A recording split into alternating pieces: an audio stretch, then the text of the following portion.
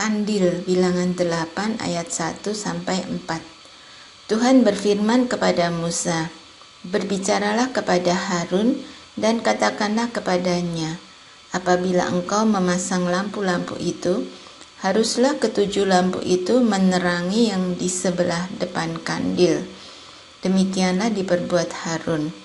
Di sebelah depan kandil dipasangnyalah lampu-lampunya, seperti yang diperintahkan Tuhan kepada Musa. Dan beginilah kandil itu dibuat, dari emas tempaan. Kandil itu tempaan, baik kakinya maupun kembangnya, sesuai dengan apa yang telah diperlihatkan Tuhan kepada Musa. Demikianlah kandil itu dibuatnya." Pentahbisan orang Lewi, bilangan 8 ayat 5-22.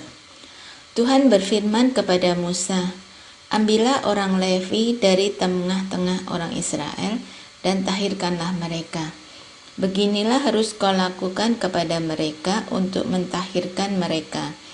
Percikanlah kepada mereka air penghapus dosa.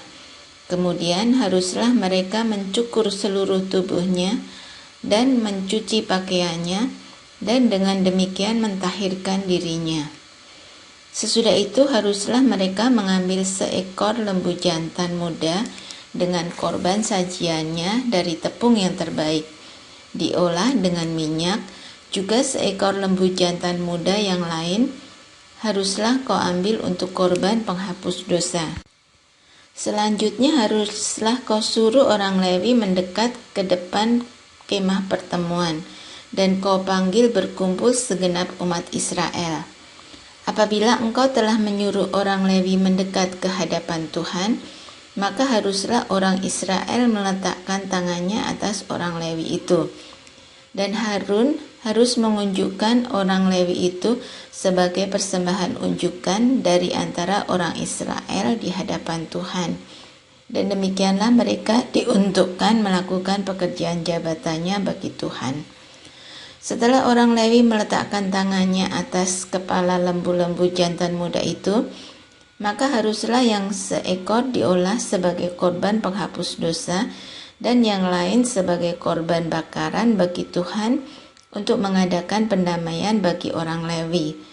Maka haruslah engkau menghadapkan orang Lewi kepada Harun dengan anak-anaknya, dan mengunjukkan mereka sebagai persembahan unjukan bagi Tuhan. Demikianlah harus engkau mentahirkan mereka dari tengah-tengah orang Israel, supaya orang Lewi itu menjadi kepunyaanku.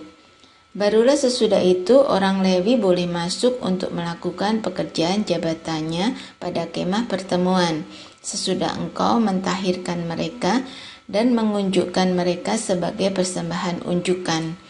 Sebab mereka harus diserahkan dengan sepenuhnya kepadaku dari tengah-tengah orang Israel, ganti semua yang terdahulu lahir dari kandungan, yakni semua anak sulung yang ada pada orang Israel. Telah kuambil mereka bagiku. Sebab semua anak sulung yang ada pada orang Israel, baik dari manusia maupun dari hewan, adalah kepunyaanku. Pada waktu aku membunuh semua anak sulung di tanah Mesir, aku telah menguduskan semuanya bagiku. Maka aku mengambil orang Lewi ganti semua anak sulung yang ada pada orang Israel. Dan aku menyerahkan orang Lewi dari tengah-tengah orang Israel sebagai pemberian kepada Harun dan anak-anaknya untuk melakukan segala pekerjaan jabatan bagi orang Israel di kemah pertemuan, dan untuk mengadakan pendamaian bagi orang Israel, supaya orang Israel jangan kena tulah apabila mereka mendekat ke tempat kudus. Lalu Musa, Harun, dan segenap umat Israel melakukan yang demikian kepada orang Lewi, tepat seperti yang diperintahkan Tuhan kepada Musa mengenai orang Lewi. Demikianlah dilakukan orang Israel kepada mereka. Orang Lewi itu menghapus dosa dari dirinya dan mencuci pakaian mereka. Kemudian Harun mengunjukkan mereka sebagai persembahan unjukan di hadapan Tuhan, dan mengadakan pendamaian bagi mereka sambil mentahirkan mereka. Sesudah itu masuklah orang Lewi untuk melakukan pekerjaan jabatan mereka di kemah pertemuan, di bawah pengawasan Harun dan anak-anaknya, seperti yang diperintahkan Tuhan kepada Musa mengenai orang Lewi, demikianlah dilakukan kepada mereka. Awal dan akhir masa kerja orang Lewi, Bilangan 8 ayat 23-26. Tuhan berfirman kepada Musa, "Inilah yang berlaku bagi orang Lewi. Setiap orang yang berumur 25 tahun ke atas wajib bertugas, supaya ia bekerja pada kemah pertemuan. Tetapi jika ia berumur 50 tahun, haruslah ia dibebaskan dari pekerjaan itu, sehingga tak usah ia bekerja lebih lama lagi.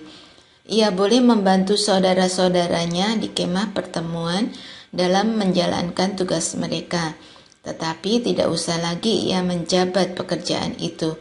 Demikianlah harus kau lakukan kepada orang Lewi mengenai tugas mereka." Ketetapan-ketetapan mengenai perayaan Paskah, Bilangan 9 ayat 1-14.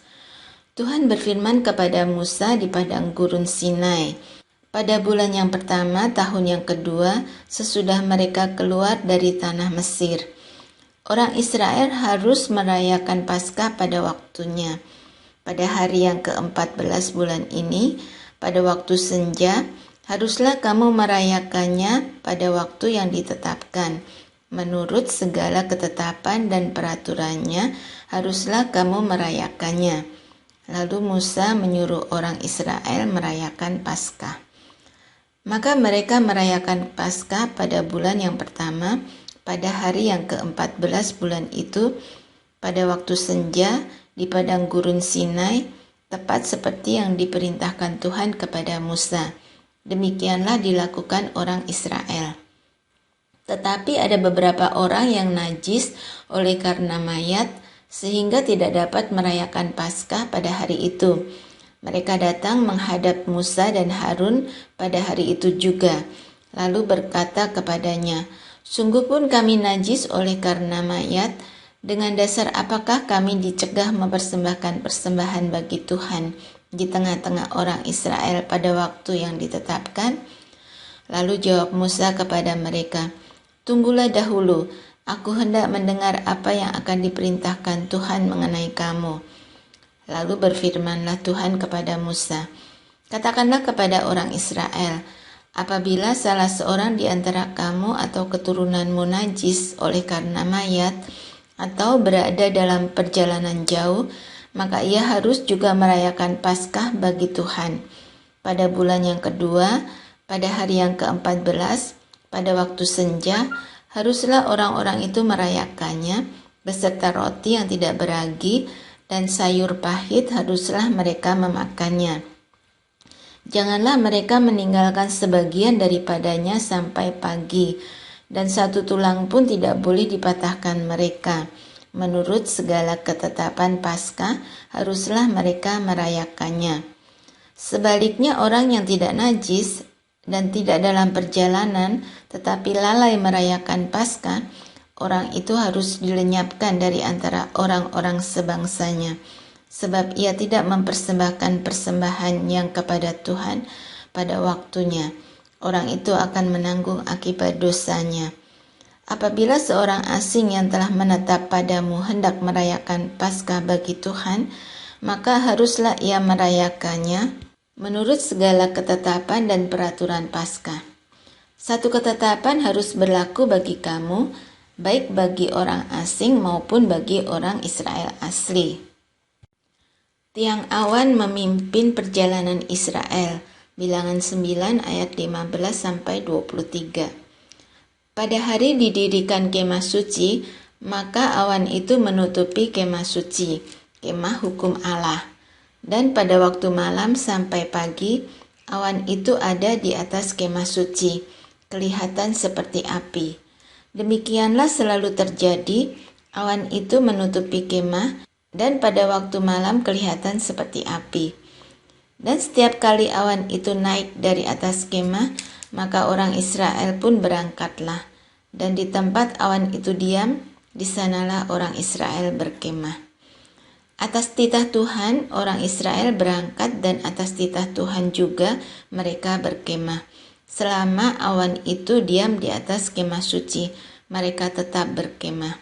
Apabila awan itu lama tinggal di atas kemah suci, maka orang Israel memelihara kewajibannya kepada Tuhan, dan tidaklah mereka berangkat. Ada kalanya awan itu hanya tinggal beberapa hari di atas kemah suci. Maka atas titah Tuhan mereka berkemah, dan atas titah Tuhan juga mereka berangkat. Ada kalanya awan itu tinggal dari petang sampai pagi. Ketika awan itu naik pada waktu pagi, mereka pun berangkatlah. Baik pada waktu siang, baik pada waktu malam, apabila awan itu naik, mereka pun berangkatlah. Berapa lama pun juga awan itu diam di atas kemah suci, baik 2 hari, baik sebulan atau lebih lama, maka orang Israel tetap berkemah dan tidak berangkat. Tetapi apabila awan itu naik, barulah mereka berangkat. Atas titah Tuhan mereka berkemah, dan atas titah Tuhan juga mereka berangkat. Mereka memelihara kewajibannya kepada Tuhan menurut titah Tuhan dengan perantaraan Musa. Semboyan Nafiri, Bilangan 10 ayat 1-10. Tuhan berfirman kepada Musa, "Buatlah 2 nafiri dari perak tempaan harus kau buat itu, supaya dipergunakan untuk memanggil umat Israel dan untuk menyuruh laskar-laskarnya berangkat. Apabila kedua nafiri itu ditiup, segenap umat itu harus berkumpul kepadamu di depan pintu kemah pertemuan. Jikalau hanya satu saja ditiup, maka para pemimpin, para kepala pasukan Israel harus berkumpul kepadamu. Apabila kamu meniup tanda semboyan, maka haruslah berangkat laskar-laskar yang berkemah di sebelah timur. Apabila kamu meniup tanda semboyan kedua kalinya, maka haruslah berangkat laskar-laskar yang berkemah di sebelah selatan. Jadi tanda semboyan harus ditiup untuk menyuruh mereka berangkat. Tetapi untuk menyuruh jemaah itu berkumpul, kamu harus meniup saja tanpa memberi tanda semboyan. Nafiri-nafiri itu harus ditiup oleh anak-anak Imam Harun.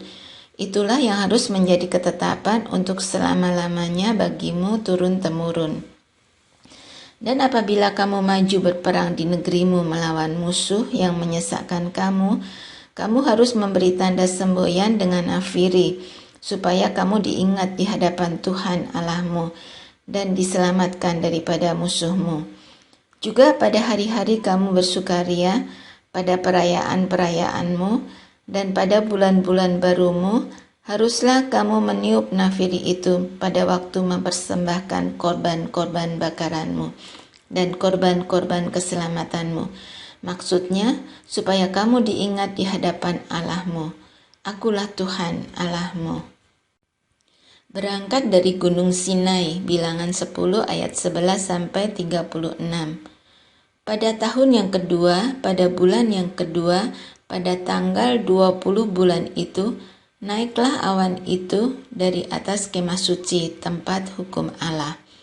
Lalu berangkatlah orang Israel dari padang gurun Sinai menurut aturan keberangkatan mereka. Kemudian diamlah awan itu di padang gurun Paran. Itulah pertama kali mereka berangkat menurut titah Tuhan dengan perantaraan Musa.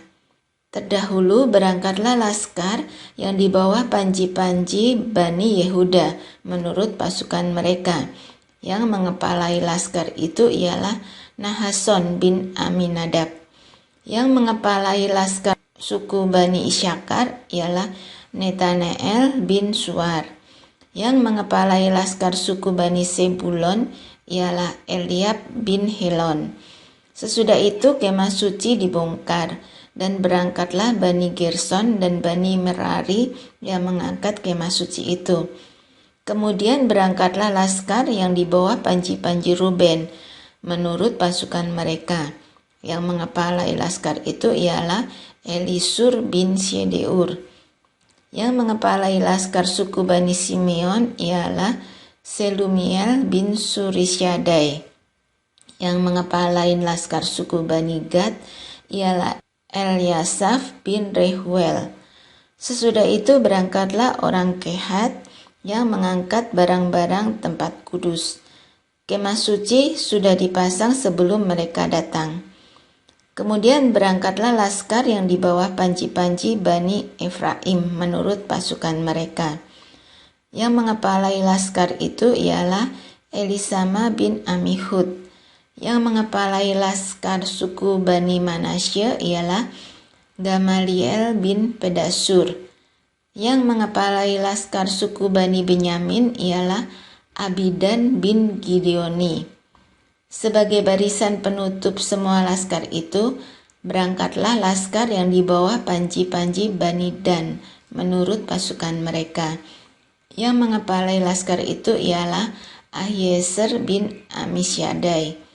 Yang mengepalai laskar suku Bani Asyir ialah Pagiel bin Okran. Yang mengepalai laskar suku Bani Naftali ialah Ahira bin Enan. Itulah aturan keberangkatan orang Israel menurut pasukan mereka ketika mereka berangkat. Lalu berkatalah Musa kepada Hobab anak Rehuel orang Midian, mertua Musa, "Kami berangkat ke tempat yang dimaksud Tuhan ketika Ia berfirman, 'Aku akan memberikannya kepadamu.' Sebab itu ikutlah bersama-sama dengan kami, maka kami akan berbuat baik kepadamu. Sebab Tuhan telah menjanjikan yang baik kepada Israel." Tetapi jawabnya kepada Musa, "Aku tidak ikut, melainkan aku hendak pergi ke negeriku dan kepada sanak saudaraku." Kata Musa, "Janganlah kiranya tinggalkan kami, sebab engkaulah yang tahu bagaimana kami berkemah di padang gurun, maka engkau dapat menjadi petunjuk jalan bagi kami. Jika engkau ikut bersama-sama dengan kami, maka kebaikan yang akan dilakukan Tuhan kepada kami akan kami lakukan juga kepadamu." Lalu berangkatlah mereka dari gunung Tuhan dan berjalan 3 hari perjalanan jauhnya. Sedang tabut perjanjian Tuhan berangkat di depan mereka dan berjalan 3 hari perjalanan jauhnya untuk mencari tempat perhentian bagi mereka. Dan awan Tuhan ada di atas mereka pada siang hari apabila mereka berangkat dari tempat perkemahan. Apabila tabut itu berangkat, berkatalah Musa, "Bangkitlah, Tuhan, supaya musuhmu berserak, dan orang-orang yang membenci engkau melarikan diri dari hadapanmu." Dan apabila tabut itu berhenti, berkatalah ia, "Kembalilah Tuhan kepada umat Israel yang beribu-ribu laksa ini."